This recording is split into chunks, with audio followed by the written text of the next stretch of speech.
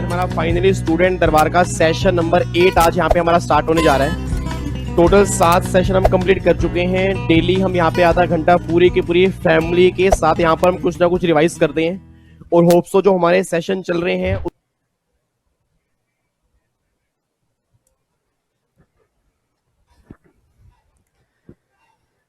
Hello hello hello hello hello hello hello hello hello hello hello hello hello hello hello hello hello hello good evening भाई, good evening. की हाल चाल? चलो, इस सभी का हालचाल बढ़िया ही होना चाहिए। तो फाइनली आज हमारे दिसंबर 19 के पेपर का लास्ट सेशन है सर। और ये लगा लो, आज मैं इसलिए भी खुश हूं कि आज मेरी कमिटमेंट पूरी हो रही है। मतलब जब मैंने स्टूडेंट दरबार स्टार्ट किया था ना, उससे पहले मैंने आपको बताया था कि जितने भी आपके आईसीएसआई ने गाइडलाइंस आंसर निकाले हैं ना, मैं सारे विद रिवाइज आंसर आपको करवाऊंगा पूरी फैमिली को यूट्यूब पे। तो आज वो दिन आ चुका है फाइनली। दिसंबर 19 तक के, मतलब जून 15 से लेके दिसंबर 19 तक के जितने भी क्वेश्चन थे ना, वो सारे मैंने यूट्यूब पे करवाए हैं और विद रिवाइज आंसर करवाए हैं। तो सर मैं तो अपनी कमिटमेंट भगवान की दया से, आपके प्यार से डे बाय डे पूरी करता जा रहा हूं। अब मैं बस ये देखना चाहता हूं कि मेरा बच्चा मुझे गुरु दक्षिणा कब देगा। अब सर आपने मुझे गुरु दक्षिणा दी, ध्यान रखना। इट मीन हम आप में से बहुत सारे बच्चों के अगर 80-90 मार्क्स अगर टेक्स्ट में नहीं आएंगे ना सर, फिर ध्यान रखना, इतने सारे सेशन जो हमने स्टूडेंट दरबार लगाए हैं ना, फिर मुझे ऐसा लगेगा कि मैंने बेकार कर दिया। और मैं चाहता हूं कि मेरा इतना हार्डवर्क, आपका जो हार्डवर्क मेरे साथ यहाँ पे रहे, वो वेस्ट ना जाए। मेरा बच्चा, हर बच्चा मुझे गुरु दक्षिणा के रूप में ना 80-90 मार्क्स दे। क्योंकि अगर वो मार्क्स आपके आएंगे ना, तो बिलीव मी, आपके पेरेंट्स के चेहरे पे जो स्माइल होगी ना, और आपके दिल में जो सेटिस्फेक्शन होगी ना, वो जीने का मजा ही कुछ अलग होगा। ठीक है नी? तो आज हमें दिसंबर 19 का जीएसटी के जो बैलेंस हमारे छोटे छोटे 30 क्वेश्चन बचे हैं, आज वो हमें कंप्लीट करने हैं। मैक्सिमम जो आज हमारा सेशन होगा 30 से लेकर 35 मिनट का ही होगा, उसमें सारे जीएसटी वाले क्वेश्चन हमारे खत्म हो जाएंगे। तो एक बार मैं चेक करूं कमेंट बॉक्स में, बच्चा कह रहा है thank you thank you thank you sir, thank you. मुझे नहीं, नालायको, थैंक यू आप सभी को। मतलब आपके प्यार से ही कंप्लीट हो पाया। अगर आप मेरा साथ बीच में छोड़ देते ना, तो मैं दिसंबर 19 तक के पेपर तक नहीं पहुंच पाता। ये तो सर आपका प्यार था। जो 50, 60, 70 बच्चा डेली यहाँ पे आता गया, उनके प्यार से भी मैं यहाँ पे आता गया। इसके अंदर मेरा कुछ भी नहीं है। मुझे क्रेडिट मत दो, ये सारा क्रेडिट आपका है। सिर्फ मुझे उस दिन थोड़ा बहुत ये बोल देना कि सर जो स्टूडेंट दरबार आपने लगाए थे ना, आज हमारे 80 मार्क्स जो हैं, आज हमारे 90 मार्क्स जो है ना, उस स्टूडेंट दरबार की वजह से आए हैं। बस मुझे उस दिन लगेगा कि जो मैंने आपके लिए हार्डवर्क किया, आपकी जो सेवा मैंने की थी ना, उसका फल मुझे मिल गया बस। ठीक है? तो मुझे फल तब मिलेगा अगर आपके नंबर आएंगे, आपके पेरेंट्स के चेहरे पे खुशी के आंसू होंगे ना, उस दिन मुझे फल मिल जाएगा। उसके अलावा मुझे कुछ नहीं चाहिए। चलो इधर सुना ध्यान से। बच्चा ये बात कह रहा है, सर फिर स्टूडेंट दरबार आप बंद कर दोगे? नालायको, क्यों बार बार बंद करने की बात करें? मुझे लग रहा है आप ही बंद करवाना चाहते हो। मैं क्यों बंद कर दूंगा? आज हमारे पेपर खत्म हो जाएंगे। अब आज के बाद के अगले आने वाले सेशन क्या होंगे ना, मैं एक अनाउंसमेंट करके आपको बता दूंगा। वैसे उम्मीद है मैं हर चैप्टर के जो एमसीक्यूज होंगे चैप्टर वाइज कराऊंगा। अभी तक तो हमारे सारे मिक्स हम कर रहे थे। अब मैं डे बाय डे क्या करूंगा, हर चैप्टर के एमसीक्यूज लेके आऊंगा, ताकि अगर किसी बच्चे को ये प्रॉब्लम है कि मिक्स करने में दिक्कत आ रही है, तो भैया उस चैप्टर में से बेस्ट जो भी एमसीक्यूज होंगे ना, वो सारे के सारे मैं यहाँ पे करवाना स्टार्ट कर दूंगा। मतलब मैं तब तक प्रैक्टिस कराऊंगा जब तक आपके एग्जाम नहीं आते। तो मतलब इतनी प्रैक्टिस करवा दूंगा ना कि ऐसा लगेगा 100 नंबर का पेपर जो है ना, वो मैंने सारा स्टूडेंट दरबार के अंदर ही किया हुआ था। ठीक है? तो उसकी आप टेंशन मत लेना। बस आपने डेली यहां पे आके बैठना है, चाहे वो 30 बच्चे बैठे, चाहे वो 300 बच्चा बैठे, चाहे वो एक बच्चा बैठे, बस यहां पे आके आपने मेरी थोड़ी सपोर्ट करनी है। मैं स्टूडेंट दरबार अपना कंटिन्यू रखूंगा। ठीक है? बच्चा कह रहा है यस यार विवेक सर अच्छे हैं। विवेक सर अच्छे नहीं है, आपने उन्हें अच्छा बनाया। आपने मेरी जिंदगी बहुत चेंज की है। आपने मेरी जिंदगी बहुत चेंज की है। Thank you so much. और मैं इसलिए कहता हूं कि आपको भी अपनी लाइफ चेंज करनी है, आपको भी एक अच्छा इंसान बनना है। ठीक है? चलो इधर सुना ध्यान से। अब ज्यादा बातें नहीं करते, नहीं तो बच्चा कहेगा सर को क्या हो गया आज। तो आज ज्यादा बातें नहीं करते, इधर सुना ध्यान से। फटाफट से अब बैलेंस 30 क्वेश्चन आज हम कंप्लीट कर लेते हैं। अब 30 क्वेश्चन में ना एक बार फटाफट से आओ देखते हैं जी। यहां पे जीएसटी का सबसे पहला क्वेश्चन, क्वेश्चन नंबर 71। ये देखो यहाँ पे पार्ट नंबर बी हम स्टार्ट कर रहे हैं। और मेरे ख्याल से हमारे स्टूडेंट दरबार का सेशन नंबर कौन सा है? सेशन नंबर हमारा 73 है। ठीक है? अब एक बार यहाँ पे चेक करना, क्वेश्चन नंबर 71। इतने मुश्किल मुश्किल क्वेश्चन बने थे ना ओल्ड सिलेबस में जीएसटी के, मुझे लग रहा है हो ही नहीं पाएंगे। एक बार चेक करना। Which of the following goods manufacture और produce in India is not liable for GST upon its supply in India? क्या कहना चाह रहे हैं? इनमें से कौन सा गुड्स है जिसकी सप्लाई पर जीएसटी एप्लीकेबल ही नहीं होगा? मोटर कार पर लगेगा, ज्वेलरी पर लगेगा, उसके बाद कैरेमिक टाइल्स पर लगेगा, हाई स्पीड डीजल, अपने आप बोल देना 5 पेट्रोलियम प्रोडक्ट, आपको मैंने पहले भी कहा था 5 पेट्रोलियम प्रोडक्ट पर अभी जीएसटी नहीं है, बाद में जब जीएसटी काउंसिल रिकमेंड करेगी तब लगेगा। तो इतना बोल देना, क्या इस पे जीएसटी लगेगा? नहीं लगेगा, नहीं लगेगा, मैंने क्रॉस मार दिया। अगला क्वेश्चन देखो कितना आसान। Which article was inserted in the Indian constitution for levy of tax on goods and service by central and the state territory? अपने आप बोल देना, जीएसटी जो आया था वो किस आर्टिकल से आया था? Article number 246 capital A. हे भगवान, इतने मुश्किल मुश्किल क्वेश्चन क्यों दोगे? हमसे नहीं हो पाएंगे, थोड़ा मुश्किल क्वेश्चन और दो। लो जी अगला क्वेश्चन देख लो जी। Who is the chairman of GST council? Who is the chairman of GST council? Rahul Gandhi. हाँ जी, जीएसटी काउंसिल का चेयरमैन कौन है? राहुल गांधी। नालायक को बताओ फटाफट से कौन है? Union finance minister. और बताओ इस टाइम फाइनेंस मिनिस्टर कौन है जी? इस टाइम फाइनेंस मिनिस्टर कौन है? श्रीमती निर्मला सीतारमन जी हमारे फाइनेंस मिनिस्टर हैं, वो हमारे यहाँ पे आ जाएंगे। ठीक है जी। उसके बाद देखो जी, when goods are sold from one place to another place, the liability would accrue under GST law at that is place of consumption or destination। आप मुझे एक बात सोच के बताओ, आपको मैंने पहले भी कहा था जीएसटी में किसी भी स्टेट की तरक्की इस बात पे निर्भर नहीं करती कि वहां पे कमाने वाले कितने हैं, इस बात पे निर्भर करती है कि वहां पे खाने वाले कितने हैं। तो GST is consumption based tax, GST is a destination based tax. देखो क्वेश्चन आपके सामने है, destination consumption based tax, option number C is the correct answer. उसके बाद 75 देख लो जी। Dual GST model follow in India is mainly drawn from. हाँ जी, जो इंडिया में जीएसटी का मॉडल है हमने कहां से उठाया है? कैनेडियन बेस है, तो कहां से हमने उठाया है? कनाडा से। बताओ क्वेश्चन कितना गिरा हुआ आया हुआ है। GST law are implemented on the recommendation of GST council. हे भगवान, इन क्वेश्चन को देखने से पहले मेरे को कुछ हो क्यों नहीं रहा? इतने आसान आसान क्वेश्चन भगवान क्यों दे रहे हो आप? जीएसटी काउंसिल बताओ, पूरे जीएसटी में किसकी रिकमेंडेशन से अमेंडमेंट्स आती हैं? GST council. Question number, option number A is the correct answer. A and company sold to B and company, both A and company and B and company are in the state of the Uttar Pradesh. तो बताओ GST कौन सा लगेगा जी? दोनों intra state supply है, inter state supply है, intra state supply. और अगर इंट्रा स्टेट सप्लाई है, जीएसटी कौन सा लगेगा? सीजीएसटी और SGST. Option number B is the correct answer. ये ओल्ड सिलेबस के पेपर हैं, ओल्ड सिलेबस के 30 नंबर फ्री के, 30 नंबर फ्री के जीएसटी के बताओ। और ये 30 नंबर फ्री के तब लग रहे होंगे जो मैंने 40 लेक्चर जीएसटी के लगाए थे और 18 घंटे की रिवीजन क्लास जो मैंने आपको दिखाई थी ना, उसके बाद आपको लग रहा होगा मजा आ रहे हैं।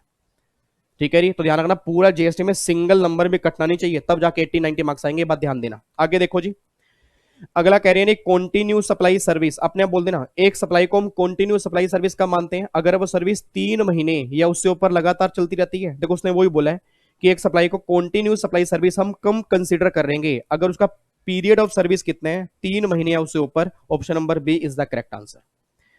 उसके बाद which of the following is goods liable GST? इसमें से कौन सा गुड्स है जो जीएसटी के लिए लाइबल है? एक्शनेबल क्लेम नहीं है, ग्रास, हाँ जी ग्रास, यस या नो, वेजिटेबल्स, फर्नीचर, इतना बोल दो। एक्शनेबल क्लेम तो नहीं है, ग्रास, वेजिटेबल्स, फर्नीचर। वैसे ग्रास भी गुड्स में कवर होता है, वेजिटेबल भी गुड्स में कवर होती है, बट अगर आपको बताओ ये ना आगे जाके ना एक गेट नंबर 5 हमने किया था एग्जम्पशन वाला, तो ये उसमें एग्जम्प्ट हो जाती है। बट फर्नीचर जो है ये गुड्स में भी कवर है, इस पे जीएसटी लगता भी है। अब बच्चा ये बात कहता सर ये तो, बट वो कह रहे हैं ना कि गुड्स में क्या कवर है? नहीं, आप लाइन ध्यान से पढ़ो। उसने ये बोला इनमें से कौन सा गुड्स जीएसटी देने के लायबल है, वो ये नहीं कह रहे इनमें से कौन सी आइटम गुड्स में कवर है। गुड्स में ग्रास भी कवर है, गुड्स में वेजिटेबल्स भी कवर है, गुड्स में फर्नीचर भी कवर है, बट ये ग्रास और वेजिटेबल ये जीएसटी में एग्जम्प्ट होती हैं। और एक्शनेबल क्लेम गुड्स में कवर नहीं होता, तो फर्नीचर जो है ये गुड्स में भी कवर है और लाइबल टू पे जीएसटी है। Option number D is the correct answer. ठीक है री, आगे देखो री, विच of the following is neither supply of goods nor supply of service? इनमें से कौन सी आइटम ऐसी है जो ना तो गुड्स की सप्लाई है ना ही सर्विस की सप्लाई है? देखो जी, service of member of parliament, याद करो, MP, MLA, MC, IAS officer, CAG officer, इन सबके काम को ना तो गुड्स की सप्लाई मानते ना ही सर्विस की मानते। Option number A is the correct answer. बताओ यार, 10 क्वेश्चन अभी तक कर लिए और मेरे ख्याल से 10 मिनट भी नहीं लगे, और अगर ये क्वेश्चन आप खुद करते ना आपको 5 मिनट लगते। मेरे साथ टाइम ज्यादा क्यों लग रहा है? क्योंकि पहले मैं पढ़ रहा हूं फिर आप उसका आंसर दे रहे हो।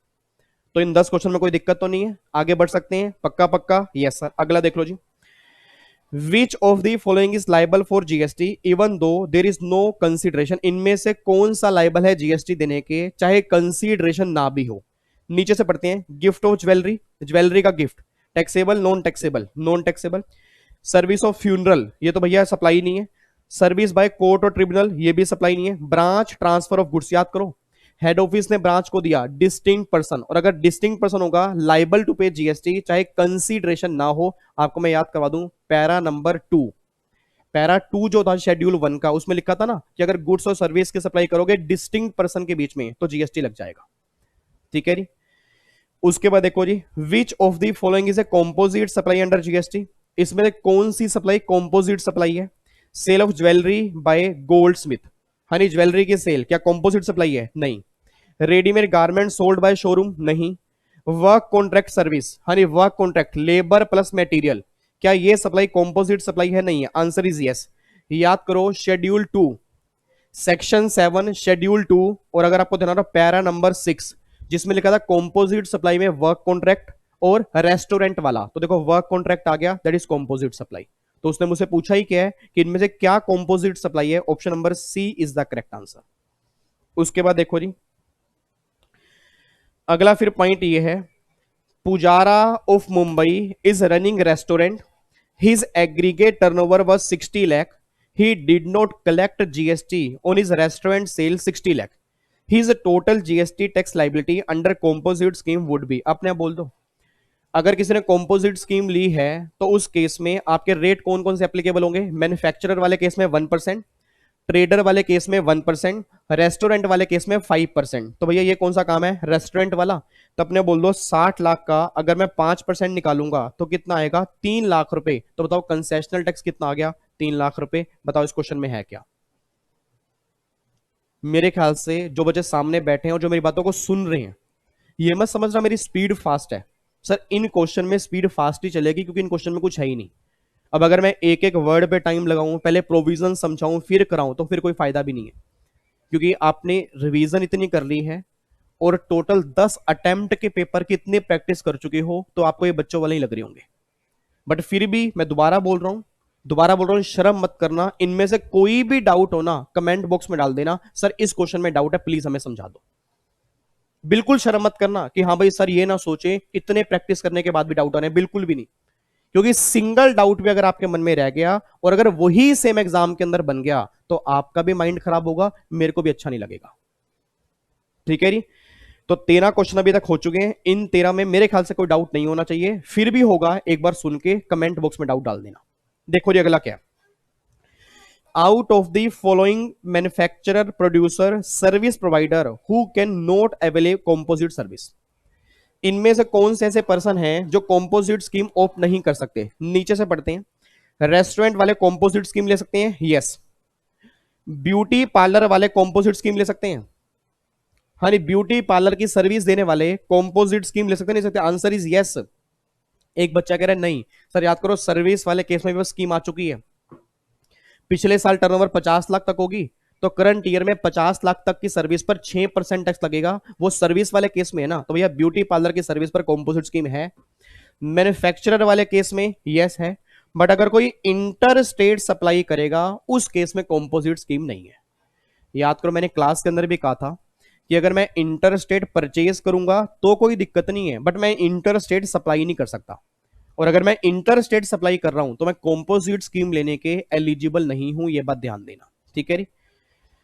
अगले क्वेश्चन पे आओ जी।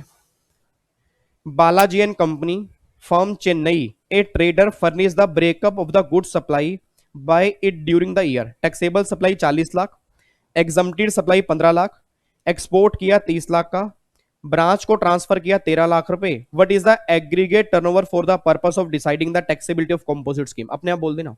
जब कॉम्पोजिट स्कीम के लिए एग्रीगेट टर्नओवर निकालते हैं तो मैंने पहले भी कहा था एग्रीगेट टर्नओवर में सारी सप्लाई काउंट करते हैं, चाहे वो टैक्सेबल हो, एग्जम्प्टेड हो, एक्सपोर्ट हो, कोई भी ब्रांच ट्रांसफर हो, सारी सप्लाई काउंट करेंगे।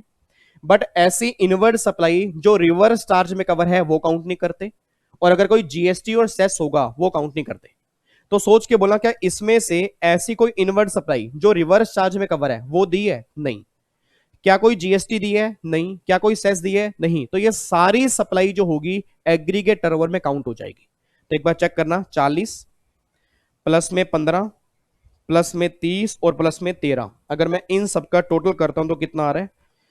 40 प्लस में 15 प्लस में 30 प्लस में 13, 98 लाख की मेरी एग्रीगेट टर्नओवर आ रही है। ये देखो आपका 98 लाख दिया हुआ है। Option number A is the correct answer. और ये एग्रीगेट टर्नओवर कंपोजिट स्कीम में अगर आप देखोगे सेक्शन 2(6) हमने किया था एग्रीगेट टर्नओवर में, वहां पर मैंने कहा था सारी टर्नओवर काउंट करना, ये बात ध्यान देना। तो ये सारी टर्नओवर मैंने काउंट कर ली बस, ठीक है जी। उसके बाद देखो जी, a dealer wishing to opt composite scheme must convey his option. हाँ जी, अगर कोई डीलर है कॉम्पोजिट स्कीम लेना चाहता है, उसको ये ऑप्शन कन्वे करना पड़ेगा कितने दिन के अंदर? 60 दिन के अंदर। याद करो रूल नंबर 3 से लेकर रूल नंबर 7 तक। आपको भैया जब आपका फाइनेंशियल ईयर स्टार्ट होगा ना, जब आपका फाइनेंशियल ईयर स्टार्ट होगा उसके 60 दिन के अंदर अंदर नॉर्मली आपको बताना पड़ता है कि मुझे कॉम्पोजिट स्कीम लेनी है या नहीं लेनी। बट आपको मैंने पहले भी कहा था कि अब तो आपको वैसे स्टार्टिंग नहीं बताना पड़ता है। ये 60 दिन की ना वैसे अब नॉर्मली प्रैक्टिकल टाइम लिमिट चलती नहीं है, बट एग्जाम पर्पस के लिए आप लिख सकते हो। प्रैक्टिकल लाइफ में आपको साल के स्टार्टिंग से पहले ही बताना पड़ता है इस साल मुझे स्कीम लेनी है। बट एग्जाम पर्पस की बात करूंगा, आपको 60 दिन याद करने हैं। नॉर्मली 60 दिन की कोई टाइम लिमिट नहीं होती, हमें प्रीवियस ईयर से पहले ही बताना पड़ता है कि भैया इस साल मुझे कॉम्पोजिट स्कीम लेनी है, ठीक है जी। तो यहां पे मैंने यहां पे कितना लिख दूंगा जी? 60 दिन। ये बात ध्यान दो। आगे देखो जी, Mumbai soft drink is a trader own by Vineet and company, a partnership firm selling soft drink. They desire to opt composite scheme, what is the rate of tax applicable to them under composite scheme? अपने आप बोल देना। अगर कोई soft drink की supply कर रहा है तो किस में कवर करेंगे? रेस्टोरेंट में कवर करेंगे। और अगर वो रेस्टोरेंट में कवर करेंगे तो उस केस में रेट क्या लगेगा? 5%। तो अपने बोल दो इस केस में रेट कौन सा लगेगा कॉम्पोजिट स्कीम का? 5% रेट एप्लीकेबल हो जाएगा। Option number B is the correct answer, ठीक है जी। तो गलती से भी यहां पे ना, गलती से भी यहां पे मत सोचा कि वो सॉफ्ट ड्रिंक का ट्रेडर है, ठीक है। तो आपका यहां पे 1% लग जाएगा। बच्चा कह रहा है सर एक बार हमें इसका आंसर भी दिखा दो, क्योंकि हमें तो ना इसका आंसर 1% लग रहा है। ये देख लो इसका आंसर 87B। और यहां पे आप चेक कर लो 87 हमारा कहां पे है जी? ये रहा हमारा 87। ये देखो option number B is the correct answer, ठीक है जी। तो आप सब जानते हो कॉम्पोजिट स्कीम वाले केस में रेस्टोरेंट का सर्विस मतलब क्या होता है कि अगर आप सॉफ्ट ड्रिंक की सप्लाई कर रहे हो, बीवरेज की सप्लाई कर रहे हो, फूड की सप्लाई कर रहे हो, ये सब रेस्टोरेंट में ही कवर होते हैं। तो ट्रेडर वर्ड पे मत जाना, क्योंकि रेस्टोरेंट वाले भी एक तरह के ट्रेडर ही होते हैं। बट वो बात अलग है, ये सॉफ्ट ड्रिंक की सप्लाई कर रहा है तो रेस्टोरेंट सर्विस में कवर हो जाएगा। और अगर ये सर्विस में कवर होगा तो रेट कौन सा लगेगा? 5%। ये बात ध्यान देना। हाँ, अगर ये नॉर्मल गुड्स का ट्रेडर होता, रेडीमेड गारमेंट्स की बात करते, कंप्यूटर की बात करते, लैपटॉप की बात करते, फर्नीचर की बात करते, उस केस में 1% लग जाता। बट सॉफ्ट ड्रिंक वाले केस में रेस्टोरेंट वाली कैटेगरी में कवर होगा तो कितना रेट लग जाएगा? 5%, ठीक है जी। उसके बाद देखो जी, the aggregate turnover of Turner and company exceed the limit prescribe for the composite scheme. कितने सारे क्वेश्चन कॉम्पोजिट स्कीम के आए हैं? 7 मार्च 19। What is the course of action to be adopted by Turner and Company for the rest of the financial year? अपने आप बोल देना। अगर मेरी यहां पे टर्नओवर लिमिट क्रॉस हो चुकी है तो आपको मैंने कहा था जब टर्नओवर लिमिट क्रॉस होगी आपको इंटीमेट करना पड़ेगा 7 दिन के अंदर अंदर कि भैया मेरी लिमिट क्रॉस हो चुकी है, और अगले दिन से ही आपको टैक्स इनवॉइस काटना पड़ेगा और नॉर्मल जीएसटी लग जाएगा। तो देखो यहाँ पे क्या लिखा है उन्होंने, इंटीमेशन देनी पड़ेगी 7 दिन के अंदर जीएसटी अथॉरिटी को, और जीएसटी देना पड़ेगा एज ए नॉर्मल सप्लायर। वही सेम बात जो आपको ध्यान आ रहा हो, रूल नंबर 6 जो हमने किया था, रूल नंबर 6 कॉम्पोजिट स्कीम वाले चैप्टर में, ये वो है, ठीक है जी। नॉर्मली ओल्ड सिलेबस के अंदर रूल एप्लीकेबल नहीं है, बट कॉम्पोजिट स्कीम वाले चैप्टर के रूल एप्लीकेबल हैं। तो मे बी उनको भी ध्यान आ रहा होगा रूल नंबर 3 से रूल नंबर 7 जब उन्होंने क्लास में की होंगे तो ये बातें आपने वहां पे पढ़ी होंगी, ठीक है। उसके बाद देखो जी अगला, अगला है Mani dispatch goods to Prasad on 31 October 18। Goods dispatch किया 31 अक्टूबर 18 को। Invoice is dated 30 October 18। Invoice है 30 अक्टूबर 18 को। Goods were receive by the Prasad 3 November 18, और अमाउंट जो रिसीव हुआ वो 1 अक्टूबर 18 को हुआ। अपने आप बोल देना जी। पहले तो मुझे इतना बताओ, क्या गुड्स वाले केस में हमें पेमेंट चेक करनी है? सर फटाफट से मुझे कमेंट बॉक्स में लिख के बताओ, क्या गुड्स वाले केस में हमें पेमेंट चेक करनी है? आंसर नहीं दे रहे आप। सर क्या गुड्स वाले केस में पेमेंट चेक करनी है? नहीं करनी? नहीं करनी। आपको मैंने पहले भी कहा था सर्विस वाले केस में पेमेंट चेक करनी होती है, गुड्स वाले केस में पेमेंट चेक नहीं करनी होती। तो इस केस में पेमेंट की डेट मेरे किसी काम की नहीं है। फिर गुड्स वाले केस में पीओटी क्या निकलता है, टाइम ऑफ सप्लाई कैसे निकलता है? जिस दिन आपने इनवॉइस काटा वो, और जो इनवॉइस इशू करने की लास्ट तारीख होगी वो, विच एवर इज अर्लियर। और इनवॉइस इशू करने की लास्ट तारीख क्या होती है? जो जिस दिन आपने सामान फैक्ट्री से रिमूव किया उस दिन या उससे पहले। अब देखो यहां पे डिस्पैच कब की है? 31 अक्टूबर को। इनवॉइस कब काटा आपने? 30 अक्टूबर को। तो इनमें से अर्लियर क्या है? 30 अक्टूबर ना, तो मेरा पीओटी बन जाएगा 30 अक्टूबर, ये बात ध्यान देना। तो गलती से भी पेमेंट मत कंसिडर कर लेना, क्योंकि नए लॉ में, लेटेस्ट लॉ में जो अमेंडमेंट्स आ चुकी हैं, तो अमेंडमेंट्स के बाद गुड्स वाले केस में, फॉरवर्ड चार्ज वाले केस में हम पेमेंट चेक नहीं करते। आपको मैंने पहले भी कहा था, पेमेंट की डेट इग्नोर करके चलोगे, पेमेंट को बाहर निकाल के इनवॉइस, और जो इनवॉइस इशू करने की लास्ट डेट होगी उसमें से अर्लियर जो होगा वो तुम्हारा पीओटी आएगा। तो इस क्वेश्चन में अर्लियर क्या है? 30 अक्टूबर। तो पीओटी क्या बन जाएगा? 30 अक्टूबर।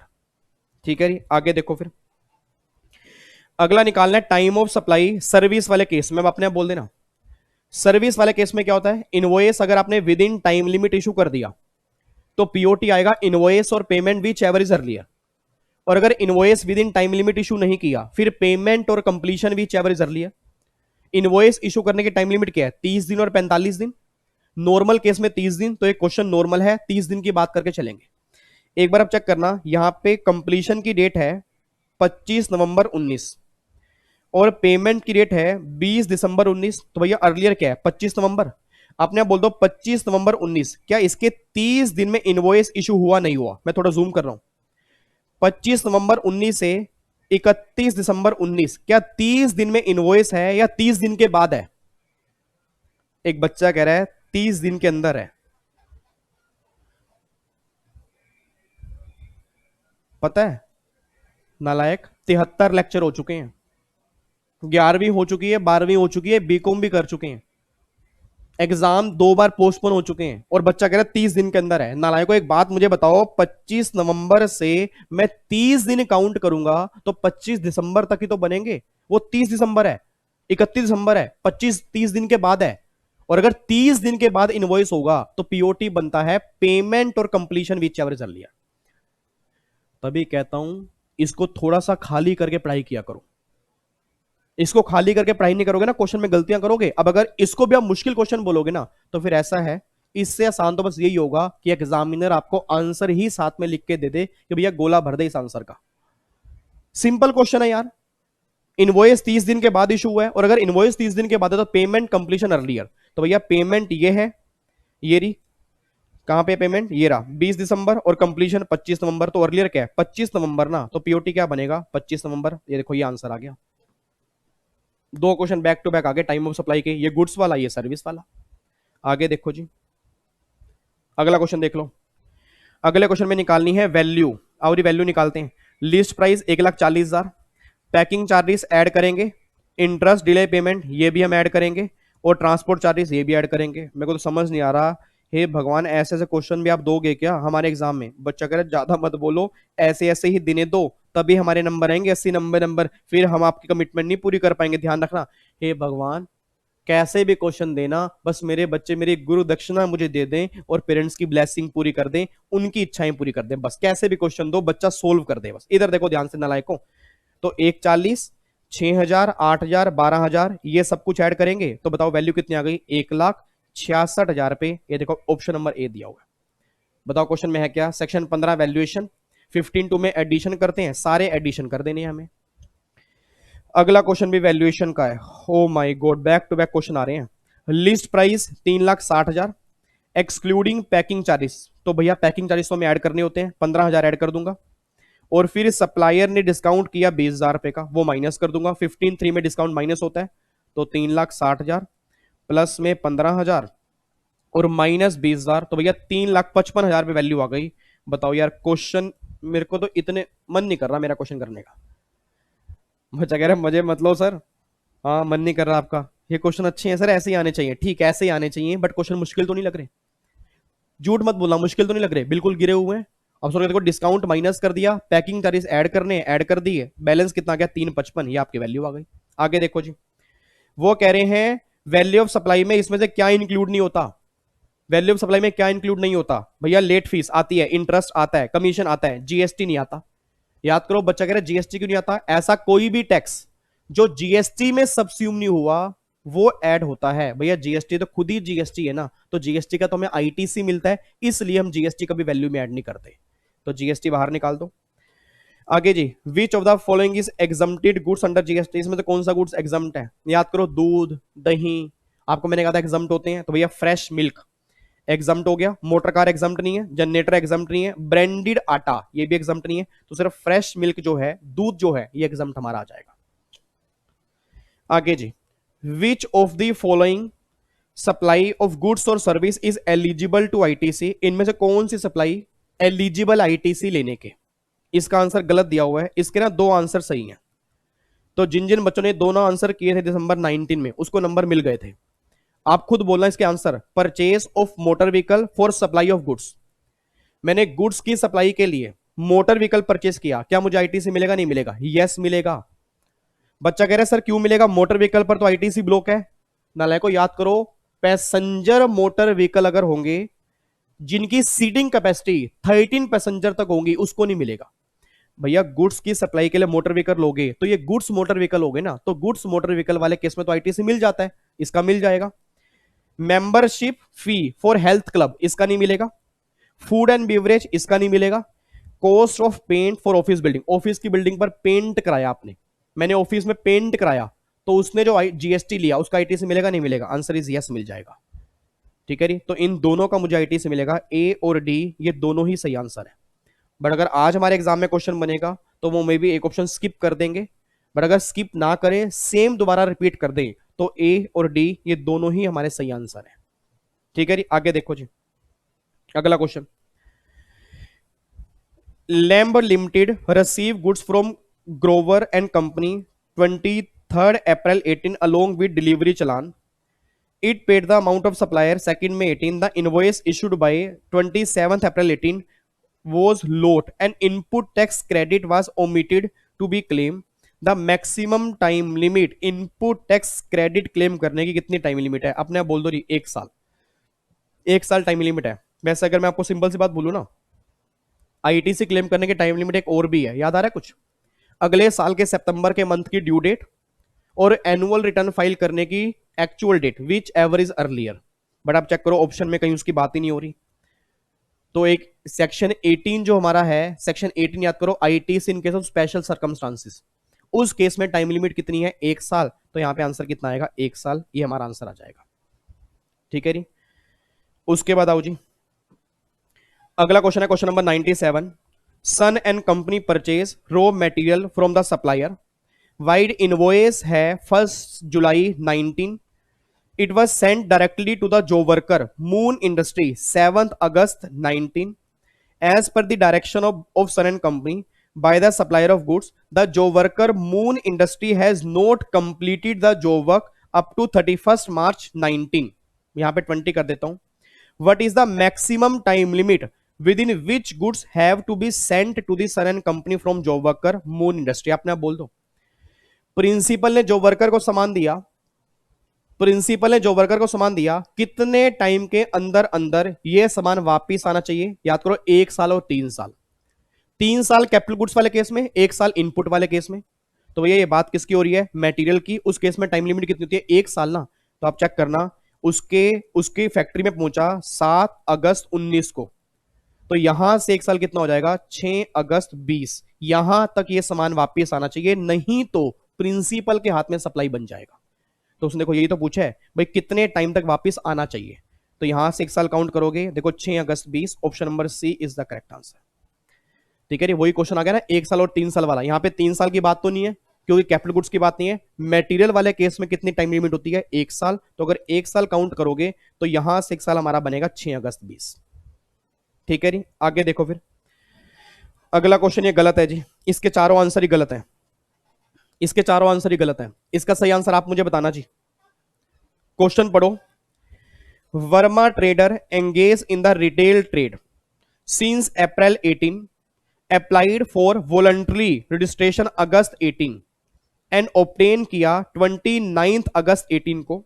State period for which it can avail ITC for the purchase and stock held by it. अपने आप बोल देना, अगर मैंने अपनी मर्जी से रजिस्ट्रेशन करवाया तो इफेक्टिव डेट क्या बनती है? जिस दिन मुझे सर्टिफिकेट मिला वो मेरी इफेक्टिव डेट बन जाती है। सर्टिफिकेट कब मिला? 29 अगस्त 18 को। तो अपने आप बोल देना इससे एक दिन पहले का जो भी स्ट्रोक होगा उसका मुझे आईटी से मिल जाएगा। तो इससे पहले क्या बनता है, 28 अगस्त बनता है ना, चेक कर लो, कहीं पर भी नहीं है। तो बताओ मैं क्वेश्चन का करूं क्या? चारों आंसर ही गलत हैं, तो ये चारों ही गलत हैं, इनमें से कोई भी आंसर नहीं है। बट हमें एक आंसर फिलअप करके आना था, तो मैं जो फिलअप करके आता ना, मैं फिलअप करके आता भैया, या तो ए या डी, अगस्त और सितंबर वाला कोई फिलअप कराता, क्योंकि अप्रैल और मई तो हो ही नहीं सकते। ठीक है, और वैसे मैं करके था अगस्त वाला, मैं ये सोचता कि यहाँ पे 1 अगस्त की जगह ना 28 अगस्त आना था। आप खुद समझदार हो भैया, 29 है, इससे एक दिन पहले क्या बनेगा, 28 अगस्त ना, तो वहां तक का जो भी स्ट्रोक होगा उसका आईटीसी मिल जाता है। आईटीसी के चैप्टर में अगर आपको ध्यान आ रहा हो, सेक्शन 18 आपने किया होगा, वो वाला क्वेश्चन है। आगे देखो नी, which of the following person is not liable for registration, इनमें से कौन सा पर्सन रजिस्ट्रेशन करवाने के लाइबल ही नहीं है? आपने बोल दो, इलेक्ट्रॉनिक कॉमर्स ऑपरेटर लाइबल है सेक्शन 24 में, इनपुट सर्विस डिस्ट्रीब्यूटर लाइबल है, रिवर्स चार्ज वाले लाइबल है, ये तीनों 24 में। एग्रीकल्चरिस्ट जो हैं, याद करो एग्रीकल्चरिस्ट सेक्शन 23 में कवर होते हैं, इन लोगों को रजिस्ट्रेशन करवाने की कोई भी लाइबिलिटी नहीं होती। Option number D is the correct answer. Last question पे आ जाओ जी, कह रहे हैं कितनी वैल्यू के बाद टीडीएस काटना जरूरी हो जाता है? हे भगवान, ये क्वेश्चन देखने से पहले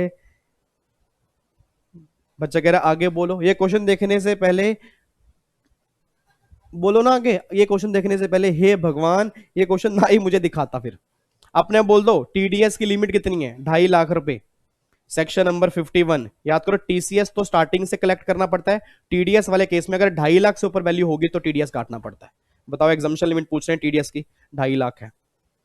आप खुद सोचो, ये 30 क्वेश्चन ऐसे थे। वैसे मेरे को ये था कि स्टूडेंट दरबार आज का मैं ये बोल दूं कि आप खुद भी ट्राई कर सकते हो। अगर कई बच्चे ऐसे होंगे, मुझे पता है इंटेलिजेंट कई बच्चे होंगे जिन्होंने 30 क्वेश्चन पहले ही कर लिए होंगे, उन्हें पता होगा कितने आसान है, और एक्चुअल में आसान है।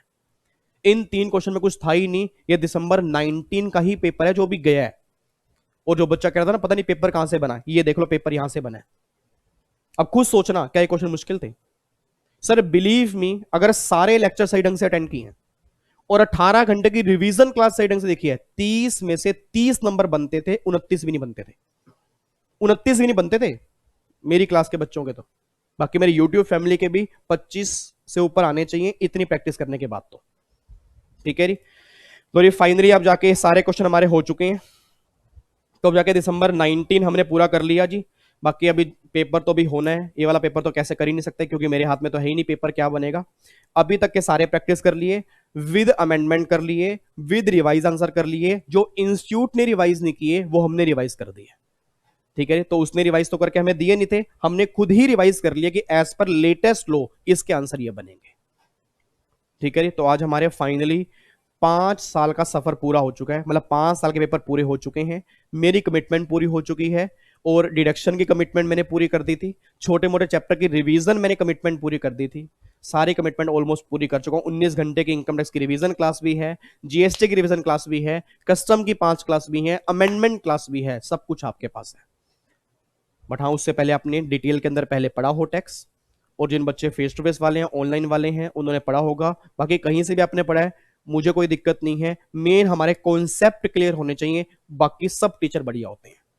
ठीक है जी, चलो तो फाइनली अब ये हमारा कंप्लीट हो चुका है। अब जो अगला सेशन होगा मैं आपको बता दूंगा, अनाउंसमेंट कर दूंगा। वैसे चैप्टर वाइज एमसीक्यूज मेरे मन में चल रहा है, बाकी फिर भी अगर आपको लगता है कि सर इसके ऊपर, अब ये मत बोल देना इनकम टैक्स की रिवीजन करा दो, ये जो बच्चा बोलेगा ना उसको पाप लगेगा, ध्यान रखना, ना लगेगा पूरी रिवीजन मैं करा चुका हूं।